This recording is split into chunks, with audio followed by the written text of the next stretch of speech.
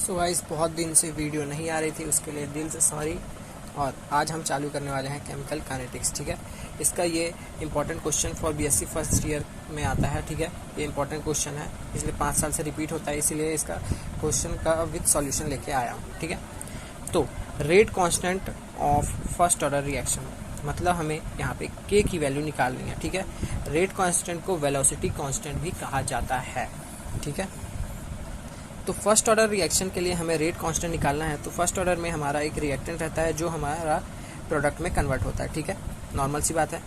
Eight time T equals to 0 में, मतलब जब रिएक्शन चालू नहीं रहता है तब हमारा जो रिएक्टेंट का कंसंट्रेशन है, ठीक है, वो हमारा ए रहता है और प्रोडक्ट हमारा बना ही नहीं रहता है कुछ, क्योंकि रिएक्शन चालू ही नहीं रहता है, तो वो उसका कंसंट्रेशन 0 रहता है।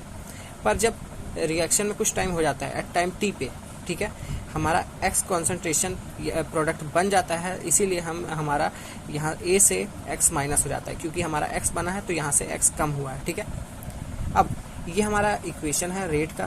तो रेट का डिफाइन क्या होता है? Change in the concentration of reactant और प्रोडक्ट पर यूनिट टाइम। ठीक है, इज इक्वल्स टू के।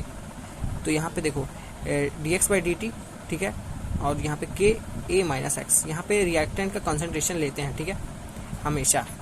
ठीक है, तो ये वाला इक्वेशन आपको समझ में आ गया होगा। Change in the concentration of reactant और product per unit time is proportional रहता है, is directly proportional to the, वैसे इससे पहले एक स्टेप रहता है, यहाँ पे मैं लिख देता हूँ यहाँ पे। ठीक है, D X by D T is directly proportional to the A minus X. ठीक है, मतलब change in the concentration of reactant और product per unit time is directly proportional to the concentration of the reactant at time T. ठीक है, at time T पे कंसंट्रेशन जितना रहता है रिएक्टेंट का, वो डायरेक्टली प्रोपोर्शनल रहता है रेट के। ठीक है, तो ये प्रोपोर्शनलिटी साइन हटाने के लिए हम एक कांस्टेंट लगाते हैं जिसको कहा जाता है वेलोसिटी कांस्टेंट। ठीक है, तो यही वैल्यू हमें निकालनी है। तो देखो क्या होता है, ज़्यादा कुछ होता नहीं है, हम के को एक साइड लेके आ गए और बाकी चीज़ को एक साथ रख दिया। ठीक है, तो ये नीचे गया तो D X by D T into 1 by A minus X. ठीक है, फिर हमने इंटीग्रेट किया दोनों को, तो इंटीग्रेशन ऑफ के डी टी, ठीक है, ये डी टी जो है ये ऊपर चल जाता है। यहाँ पे फिर से मैंने एक स्टेप नहीं लिखा है,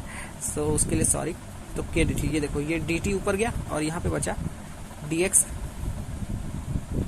ए माइनस एक्स। ठीक है, तो इसका इंटीग्रेशन जब हम करते हैं, अब ध्यान से देख लो, इसका जब हम इंटीग्रेशन करते हैं तो देखो ये कांस्टेंट है तो कांस्टेंट बाहर आ जाता है और इंटीग्रेशन होता है dt का। ठीक है, और ये तो पूरा इंटीग्रेट होगा ही। ठीक है, तो यहाँ पे एक और चीज़ मैंने नहीं लिखा है, इंटीग्रेशन ऑफ dt है हमारा t, और integration of dx by A minus X है हमारा minus of L N A minus X. Minus of L N A minus X क्या होता है? ठीक है, उसको हम बाद में देखेंगे, पहले मैं बताता हूँ कि ये जो माइनस एल एन है इसको हम कहते हैं नेचुरल लॉग। ठीक है, उसके बाद हम यहाँ पे आते हैं तो हमें देखने को मिलता है कि के वैसे ही है, इंटीग्रेशन ऑफ डी टी का क्या है? टी हो गया। ठीक है, और ये D X by A minus X का क्या हो गया? Minus L N A minus X. ठीक है, तो ये एज इट इज़ वैसे ही रह गया, और के डी टी का टी हो गया और ये प्लस सी लग गया। सी क्यों लगता है? क्योंकि जब हम कोई से भी इंटीग्रेशन करते हैं, ठीक है, इंटीग्रेशन का फॉर्मूला लगाते हैं तो हमें एक कांस्टेंट लगाना पड़ता है जो होता है हमारा सी, जिसको हम कहते हैं कांस्टेंट ऑफ इंटीग्रेशन।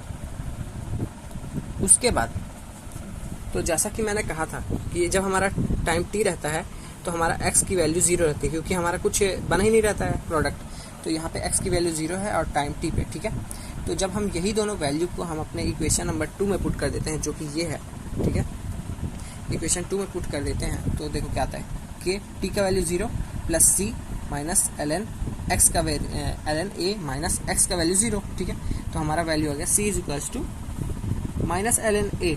ठीक है, ये ए है, माइनस एल एन ए आया, तो अब हम यही वैल्यू को हम इक्वेशन नंबर 2 में पुट कर देते हैं, माइनस के टी, जो ये हमारा इक्वेशन 2 है।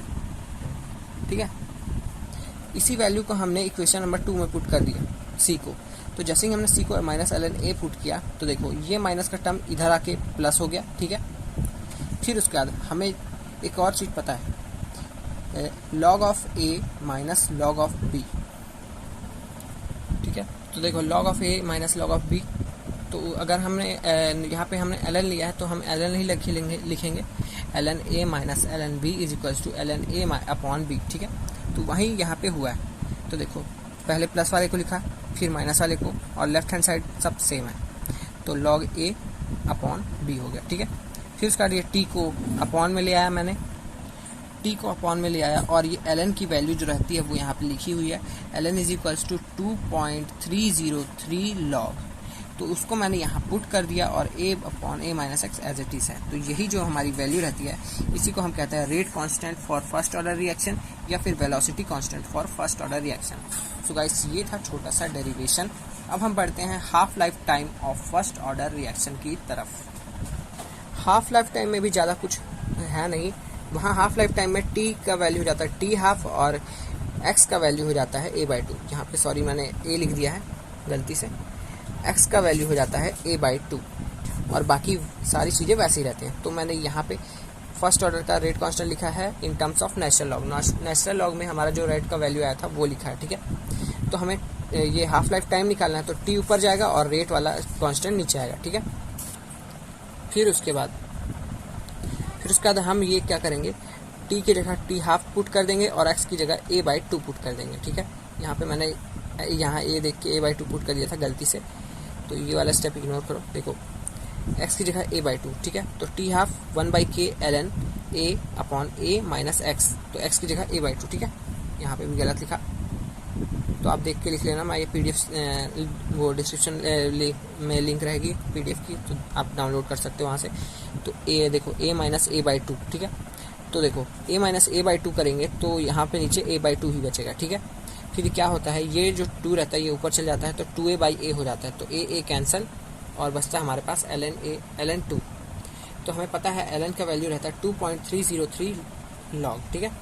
तो हम उसको यहाँ पुट कर देते हैं 2.303 लॉग, और 2 तो वैसे ही रहता है, तो log 2 का वैल्यू रहता है हमारा log 2 इज इक्वल्स टू 0.3010, ठीक है।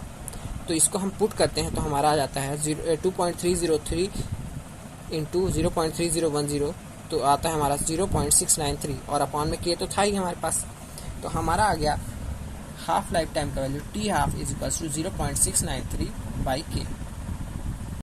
सो गाइस ये थी एक बहुत ही छोटी सी वीडियो केमिकल काइनेटिक्स के rate constant of first order reaction के ऊपर। अगर आपको ये वीडियो अच्छी लगी तो इसको लाइक कर देना, चैनल को सब्सक्राइब कर देना और बेल आइकन कॉल पे सिलेक्ट कर देना, ठीक है गाइस। करते हैं वीडियो का एंड, मिलते हैं नेक्स्ट वीडियो में। Till then subscribe the channel and be a part of the family. Bye.